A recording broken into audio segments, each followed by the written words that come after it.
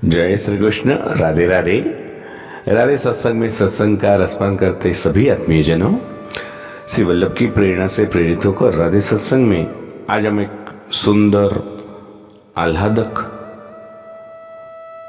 एक कथा वार्ता प्रसंग देखेंगे, जिससे हमें जान सकेंगे कि भगत के वश में है भगवान, भगवान भक्त के वश में किस तरह से रहते हैं।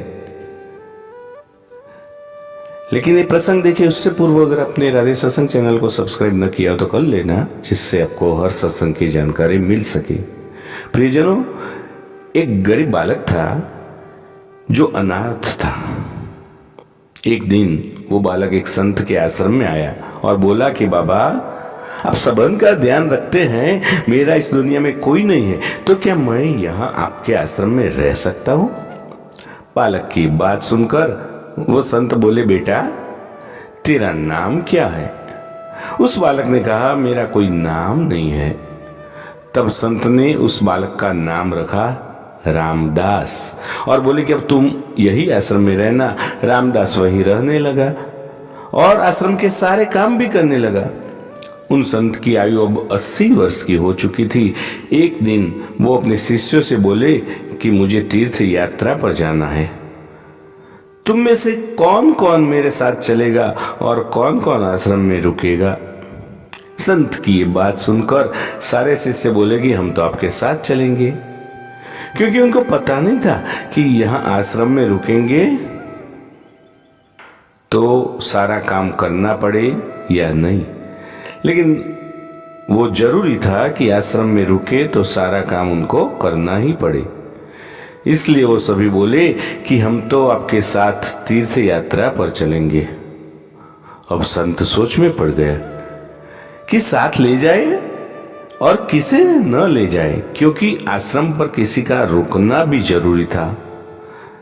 तो वो बालक रामदास संत के पास आया और बोला, बाबा अगर आपको ठीक लगे तो मैं यहीं आश्रम पर रुक जाता हूं। संत ने कहा, ठीक है। तो इस तरह से उन्होंने उसको ऐसा भी कहा कि तुझे काम करना पड़ेगा आश्रम की साफ सफाई में, भले ही कमी रह जाए पर ठाकुर जी की सेवा में कोई कमी रहनी नहीं चाहिए, ऐसा कहा। तो रामदास ने संत से कहा कि बाबा मुझे तो ठाकुर जी की सेवा करनी नहीं आती, तो आप मुझे बता दीजिए कि ठाकुर जी की सेवा कैसे करनी है, फिर मैं कर दूंगा। तो संत रामदास को अपने साथ मंदिर ले गए। वहां उस मंदिर में राम दरबार की झांकी थी। श्री राम जी, सीता जी, लक्ष्मण जी और हनुमान जी थे। वो संत ने बालक रामदास को ठाकुर जी की सेवा कैसे करनी है सब सिखा दिया। रामदास ने गुरुजी से कहा कि बाबा मेरा इनसे रिश्ता क्या होगा, ये भी बता दो ना, क्योंकि अगर रिश्ता का पता चल जाए तो सेवा करने में आनंद आए। उन संत ने बालक रामदास को कहा कि तू कहता था ना कि मेरा कोई नहीं है, तो आज से राम जी और सीता जी तेरे माता पिता समझ। रामदास ने साथ में खड़े लक्ष्मण जी को देखकर कहा, अच्छा बाबा, और ये जो पास में खड़े हैं ना वो कौन है? संत ने कहा, ये तेरे चाचा जी है। और हनुमान जी के लिए कहा कि ये तेरे बड़े भैया है। रामदास सब समझ गया, फिर उनकी सेवा करने लगा। संत शिष्य के साथ यात्रा करने चले गए। आज सेवा का पहला दिन था। रामदास ने सुबह उठकर स्नान किया, भिक्षा मांग कर लाया और फिर भोजन तैयार किया।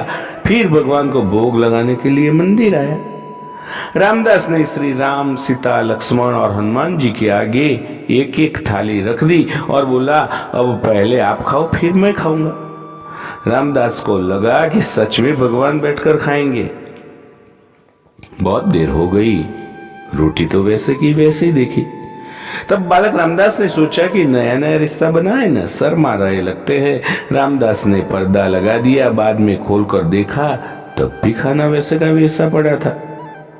अब तो रामदास रोने लगा कि मुझसे सेवा में जरूर से कोई गलती हो गई है, इसलिए खाना नहीं खा रहे, और ये नहीं खाएंगे तो मैं भी नहीं खाऊंगा और मैं भूखे मर जाऊंगा। इसलिए मैं तो पहाड़ से कूदकर ही मर जाऊंगा। रामदास मरने के लिए तैयार हुआ, निकला। तब भगवान राम जी हनुमान जी को कहते, हनुमान जाओ उस बालक को लेकर आओ और बालक से कहो कि हम खाना खाने के लिए तैयार है। हनुमान जी जाते हैं और रामदास कूदने ही वाला होता है कि हनुमान जी पीछे से उनको पकड़ लेते हैं और बोलते हैं, क्यों, क्या कर रहे हो? रामदास कहते हैं, आप कौन? हनुमान जी कहते हैं, मैं तेरा भैया हूं, इतनी जल्दी भूल गए? रामदास कहता है, अब आए हो इतनी देर से, वहां बोल रहा था कि खाना खा लो, तब आए नहीं, और अब क्यों आए? तब हनुमान जी बोला, पिताश्री का आदेश है, अब हम साथ बैठकर खाना खाएंगे। फिर राम जी, सीता जी, लक्ष्मण, हनुमान सब साथ बैठकर भोजन करते हैं और इस तरह रामदास रोज उनकी सेवा करता और भोजन करता। सेवा करते 15 दिन हो गए। एक दिन रामदास ने सोचा कि कोई भी माँ बाप हो वो घर में काम तो करते ही है, पर मेरे माँ बाप तो कोई काम ही नहीं करते, सारे दिन खाना खाते रहते, मैं ऐसा नहीं चलने दूंगा। रामदास मंदिर जाता है और कहता है, पिताजी कुछ बात करनी है आपसे। राम जी कहते हैं, बोल बेटा क्या बात है? रामदास कहता है, अब से मैं अकेले काम नहीं करूंगा, आप सबको भी काम करना पड़ेगा। आप तो बस सारा दिन खाते रहते हो और मैं काम करता रहता हूं, अब से ऐसा नहीं होगा। राम जी कहते हैं, तो फिर बताओ बेटा हमें क्या काम करना है?